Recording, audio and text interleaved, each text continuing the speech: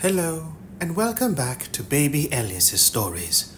We now return to Heidi by Johanna Spyri. Chapter 11. Heidi gains in one way and loses in another. Every afternoon during her visit, the grandmother went and sat down for a few minutes beside Clara after dinner. When the latter was resting and Fräulein Rottenmeier, probably for the same reason, had disappeared inside her room. But 5 minutes sufficed her, and then she was up again, and Heidi was sent for to her room, and there she would talk to the child and employ and amuse her in all sorts of ways. The grandmother had a lot of pretty dolls, and she showed Heidi how to make dresses and pinafores for them, so that Heidi learned how to sew and to make all sorts of beautiful clothes for the little people out of a wonderful collection of pieces that grandmother had by her of every describable and lovely color. And then grandmother liked to hear her read aloud. And the oftener Heidi read her tales, the fonder she grew of them. She entered into the lives of all the people she read about, so that they became like dear friends to her, and it delighted her more and more to be with them. But Heidi never looked really happy, and her bright eyes were no longer to be seen. It was the last week of the grandmother's visit. She called Heidi into her room as usual one day after dinner, and the child came with her book under her arm.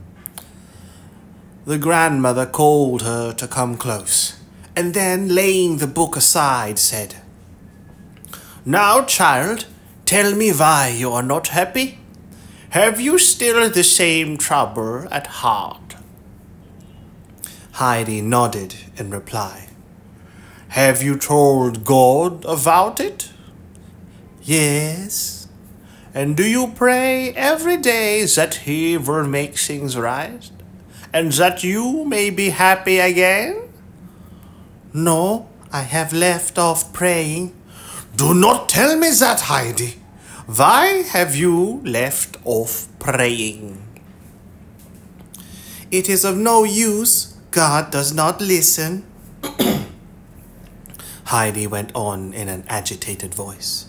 "And I can understand that when there are so many people in Frankfurt praying to him every evening that he cannot attend to them all, and he certainly has not heard what I said to him." "And why are you so sure of that, Heidi?" "Because I have prayed for the same thing every day for weeks, and yet God has not done what I asked." "You are wrong, Heidi.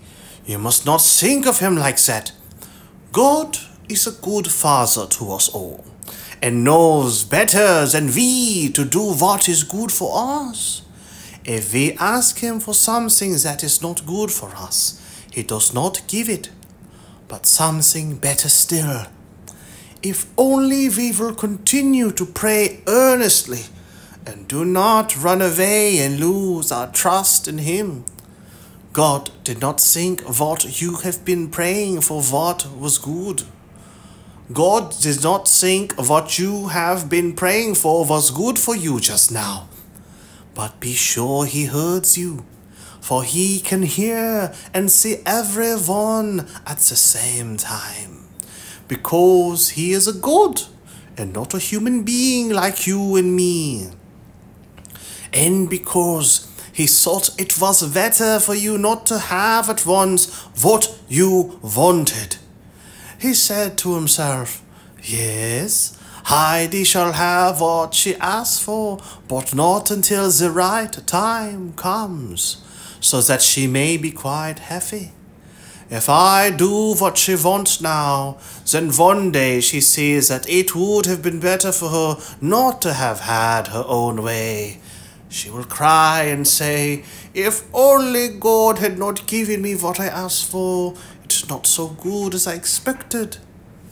And while God is watching over you and looking to see if you will trust him and go on praying to him every day and turn to him for everything you want, you run away and leave off saying your prayers and forget all about him.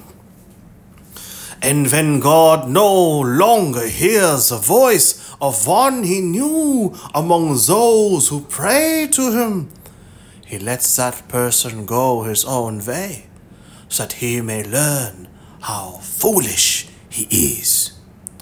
And then this one gets into trouble and cries, save me, God, for there is none other to help me. And God says, why did you go from me? I could not help you when you ran away. And you would not like to grieve God, would you, Heidi, when he only wants to be kind to you?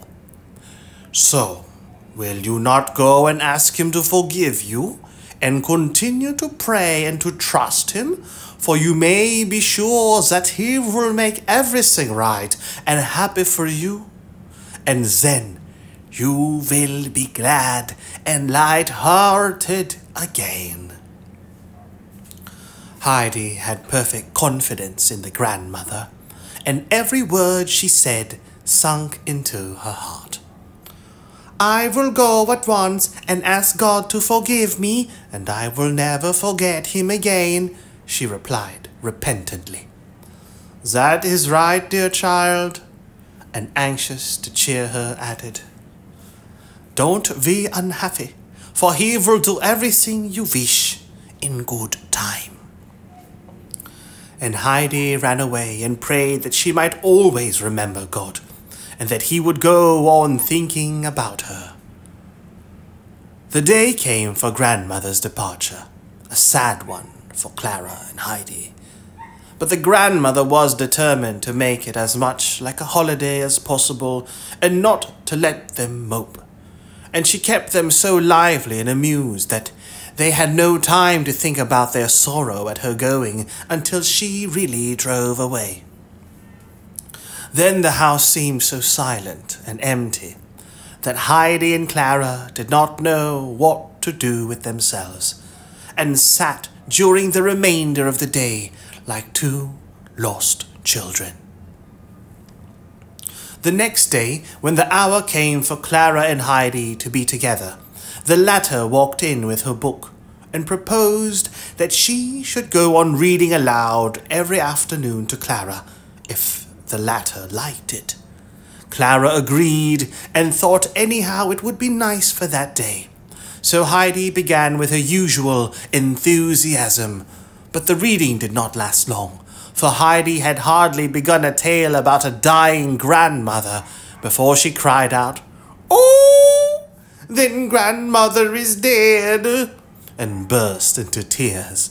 For everything she read was so real to her that she quite thought it was the grandmother at home who had died, and she kept on exclaiming as her sobs increased, "She is dead, and I shall never see her again. She never had one of the white rolls." Clara did all she could to explain to Heidi that the story was about quite a different grandmother. But even when at last she had been able to convince Heidi of this, the latter continued to weep inconsolably. For now she had awakened to the thought that perhaps the grandmother, and even the grandfather also, might die while she was so far away, and that if she did not go home for a long time, she would find everything there all silent and dead, and there she would be all alone, and would never be able to see the dear ones she loved any more. Fräulein Rottenmeier had meanwhile come into the room, and Clara explained to her what had happened. As Heidi continued her weeping, the lady, who was evidently getting impatient with her, went up to Heidi and said with decision, "Now, Adelaide, that is enough of all this causeless lamentation. I will tell you once for all, if there are any more scenes like this while you are reading, I shall take the book away from you, and you shall not. And you, I shall take the book away from you, and shall not let you have it again." Her words had immediate effect on Heidi, who turned pale with fear. The book was her one great treasure. She quickly dried her tears and swallowed her sobs as best she could, so that no further sound of them should be heard. The threat did its work, for Heidi never cried aloud again, whatever she might be reading, but she had often to struggle hard to keep back her tears, so that Clara would look at her and say, "What faces you're making, Heidi? I never saw anything like it." But the faces made no noise and did not offend Fräulein Rottenmeier, and Heidi, having overcome her fit of despairing misery, would go quietly on for a while, and no one perceived her sorrow. But she lost all her appetite and looked so pale and thin that Sebastian was quite unhappy when he looked at her, and could not bear to see her refusing all the nice dishes he handed her. He would whisper to her sometimes in quite a kind, fatherly manner, "Take a little. You don't know how nice it is. There, a good spoonful. Now another." But it was of no use.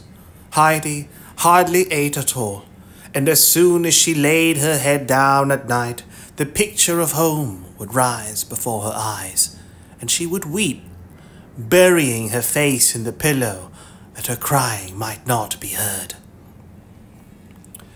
And so many weeks passed away. Heidi did not know if it was winter or summer, for the walls and windows she looked out upon showed no change. And she never went beyond the house except on rare occasions when Clara was well enough to drive out. And then they only went a very little way, as Clara could not bear the movement for long. So that on these occasions they generally only saw more fine streets and large houses and crowds of people. They seldom got anywhere beyond them, and grass and flowers, fir trees and mountains were still far away. Heidi's longing for the old, familiar and beautiful things grew daily stronger, so that now only to read a word that recalled them to her remembrance brought her to the verge of tears, which with difficulty she suppressed. So the autumn and winter passed, and again the sun came shining down on the white walls of the opposite houses, and Heidi would think to herself that now the time had come for Peter to go out again with the goats, to where the golden flowers of the cistus were glowing in the sunlight, and all the rocks around turned to fire at sunset. Heidi would go and sit in a corner of her lonely room and put her hands up to her eyes that she might not see the sun shining on the opposite wall. And then she would remain without moving, battling silently with a terrible homesickness, until Clara sent for her again.